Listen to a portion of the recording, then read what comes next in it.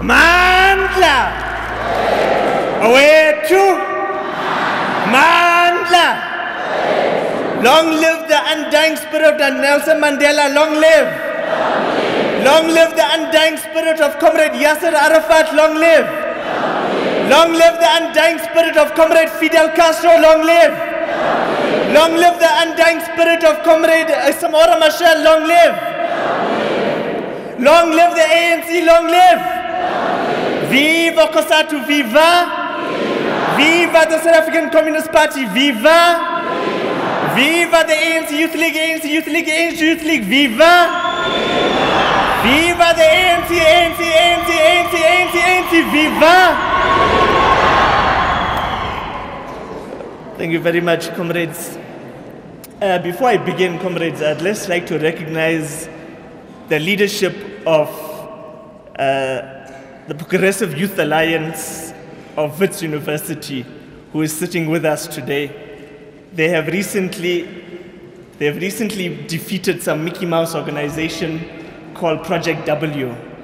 This Mickey Mouse organization was funded, resourced, and backed from reports that we have been given by the South African Jewish Board of Deputies and the South African Union of Jewish Students. And they thought that they were going to take WITS SRC from us, but they were wrong. I'd like to also recognize the leadership of the ANC, COSATU, the South African Communist Party, and all other protocol observed. Comrades, my message is going to be short. I just want to speak on two issues, really. The first issue is what we recently saw in 52 days in the Gaza Strip. The Gaza Strip, comrades, is a small, very small piece of land, 40 kilometers long, 14 kilometers wide. That's like the size of from here to Pretoria, maybe. It is 360 square kilometers. That's just about 2 times the size of Soweto. That is the size of the Gaza Strip. The Gaza Strip has 1.8 million Palestinian people living in it, making it the most densely populated piece of land on this earth. Archbishop Desmond Tutu has called it, quite correctly, an open-air prison. Some people have been contending that no, it's not an open-air prison, it's simply a concentration camp. Because, comrades, what crime have the Palestinian people committed? They are just born Palestinian. They're born into the wrong ethnic group. Is that a crime, comrades? And so you have 1.8 million people in this prison or concentration camp, sealed off by an 8-meter high wall. That's the size of that door, that exit door times by 4. That's how high the wall is that circulates the Gaza Strip on the one side. The other side, there's a complete naval blockade. Israel even controls the air. It doesn't allow any fighter jets, it doesn't allow any helicopters, it doesn't allow any sort of movement in the air. Only its own fighter jets go across the Gaza Strip.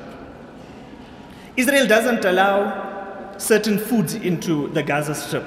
It has calculated, comrades, the exact amount of food that is needed just to keep the human being alive. That's the only food it allows in. It doesn't allow in things like chocolate, doesn't allow in things like pasta, these sorts of things. Now, in 52 days, comrades, Israel bombed, Israel went in with its soldiers, Israel sent through its tanks, and Israel killed over 2,000 Palestinians, including 491 children under the age of 16. That is 10 children per day that Israel killed in 52 days.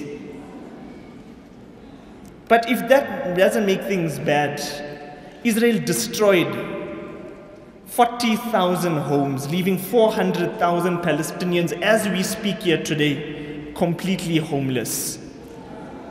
And to make it worse, comrades, And as the ANC has correctly pointed out, as a program director has indicated, and as the programs that we have in our hands indicate, there is currently, as we speak, a siege on the Gaza Strip. Israel doesn't allow in cement, it doesn't allow in construction equipment. How must the Palestinians reconstruct? In fact, the United Nations has said that it will take 20 years just to reconstruct. But given the siege, it will take even longer. But comrades, the reason why it's important for us to gather here today is because Israel will attack the Gaza Strip in at least another 2 years' time if we don't send a very clear message to Israel that its war crimes, that its crimes against humanity won't be tolerated anymore. African leaders are always taken to the ICC, to the International Criminal Court. Why aren't the Israeli leaders and Western leaders taken to the ICC? That is a question that we want the ANC to take to the highest structures. But comrades, we call on our government to take certain measures. And we want the province of Gauteng to be the first province to make it official. We know that there is a national policy. We know that there is a national policy that no member of parliament must travel to that apartheid state of Israel. We want the Gauteng province to come out very clearly that as a province, no member of parliament, no government official, no mayor or municipal manager will travel to Israel for as long as Israel practices apartheid policies. This is a challenge. Now, comrades, beyond what we are asking of government, there is a need for us as members of the ANC, as members of South African civil society and other organizations and structures to assist and to support the Palestinians, those people, comrades, that stood with us during the darkest days of apartheid. We know, for example, that Israel supplied weapons to the apartheid government to kill our people during the 1980s. We know that it was Comrade Yasser Arafat, the Palestine Liberation Organization, and the Palestinian people in general that supported us diplomatically, financially, politically, and otherwise. It is not a favor, comrades. It's not an act of charity to support the Palestinian people. It's a duty. It's a duty to remember our friends. And when we support the Palestinians, it's not because it's just the Palestinians. We support them out of the progressive internationalism that Comrade O.R. Tambo taught us during our movement, comrades. We support the Palestinians as we support the people of Cuba, the people of Western Sahara, the people of Swaziland, and all other oppressed people. And we support them out of duty. And so the Palestinian people, comrades, in 2005, inspired by the successful isolation and boycott of apartheid South Africa, in 2005, the broadest, largest, and most representative grouping of Palestinian civil society, we're talking trade unions, youth organizations, national and Islamic forces, all come together in 2005. And the Palestinians issued a call in 2005 to you, me, and those that make up the global community, saying, if you want to lend us your solidarity, lend it to us through a program of boycott, divestment, and sanctions, BDS. Support us just as how the international community isolated apartheid South Africa, isolate apartheid Israel, force Israel to come to the negotiating table, similarly to how the apartheid government was brought to the negotiation. They didn't come. Apartheid government didn't come. Didn't just wake up and decide, oh, we must negotiate with the ANC now. We forced them. We forced them through the different pillars of our struggle, including the international pillar. So comrades, likewise, the Palestinians have called on us to impose a program of boycott, divestment, and sanctions. And we are now asking branches of the ANC, members of the ANC, the greater South African public, but comrades, we know that the ANC must take the lead in this. We know that others will follow, and that's why we are calling on chairpersons, secretaries, members of branches that are present, comrades. Join us practically in the BDS movement, and through, in particular, the 3 campaigns that I'm just about to identify, which fall part of the BDS campaign. The first, comrades, is a boycott against Woolworths stores. Woolworths has a 12 million rand trade relationship with Israel. Now, there are many other retailers, but we are starting off with Woolworths. We're going to go to Checkers, we're going to go to Spar, but we want to set an example of Woolworths. Woolworths claims to be this ethical, responsible company. They claim to have fair practices. It seems like their fair practices are only when it's relevant to cows or it's relevant to goats. Why is it not relevant to Palestinian human rights is a question we are putting to Woolworths. So comrades, join us. Make sure that when you leave here today, you send an SMS, you send a WhatsApp, you go to Facebook, you go to Twitter, and you inform family members, you inform comrades, you inform your friends that there is currently a Woolworths boycott, that we have the power, comrades, to force Woolworths to come and to give in and to say we are going to end that trade relationship with Israel. And comrades, this will be beneficial to South African economy, in fact.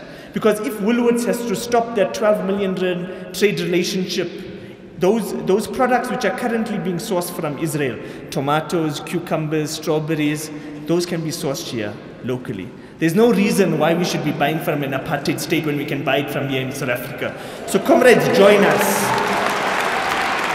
Join us in a general boycott of Woolworths, and in particular, the last Saturday of every month.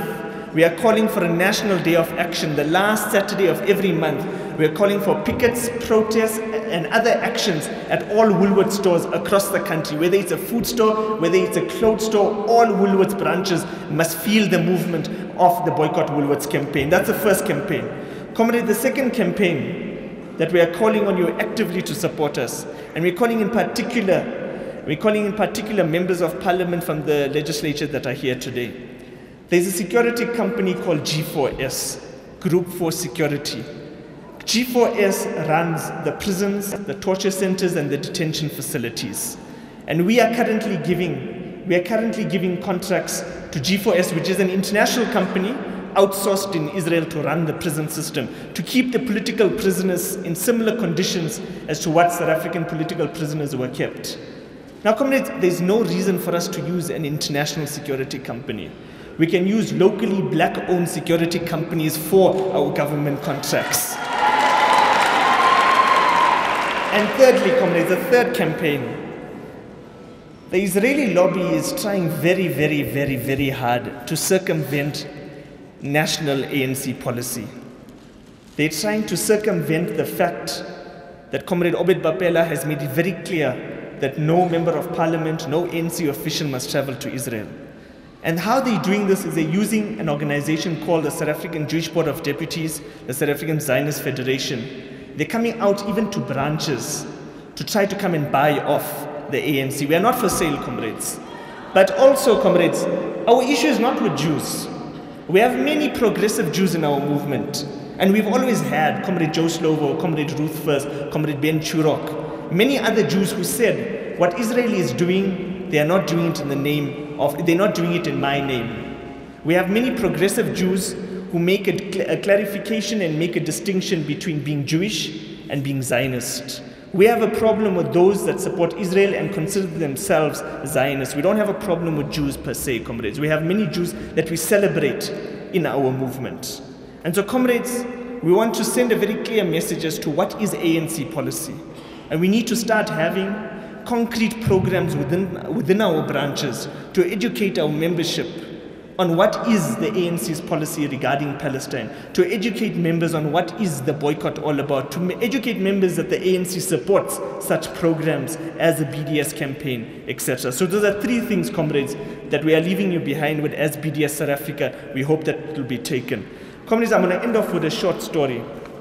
The story of Rosa Parks, the famous woman from the civil rights movement, the woman who refused to get off the whites-only bus in the American South.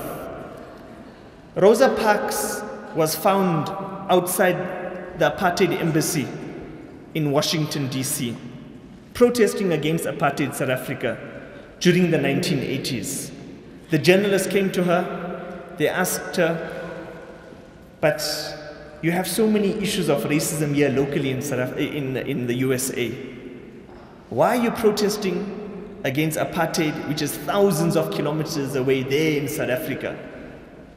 And she answered, comrades, she answered that we can chew gum and we can walk at the same time. We can fight local battles and we can fight international struggles at the same time. That is the lesson of the ANC. Amandla!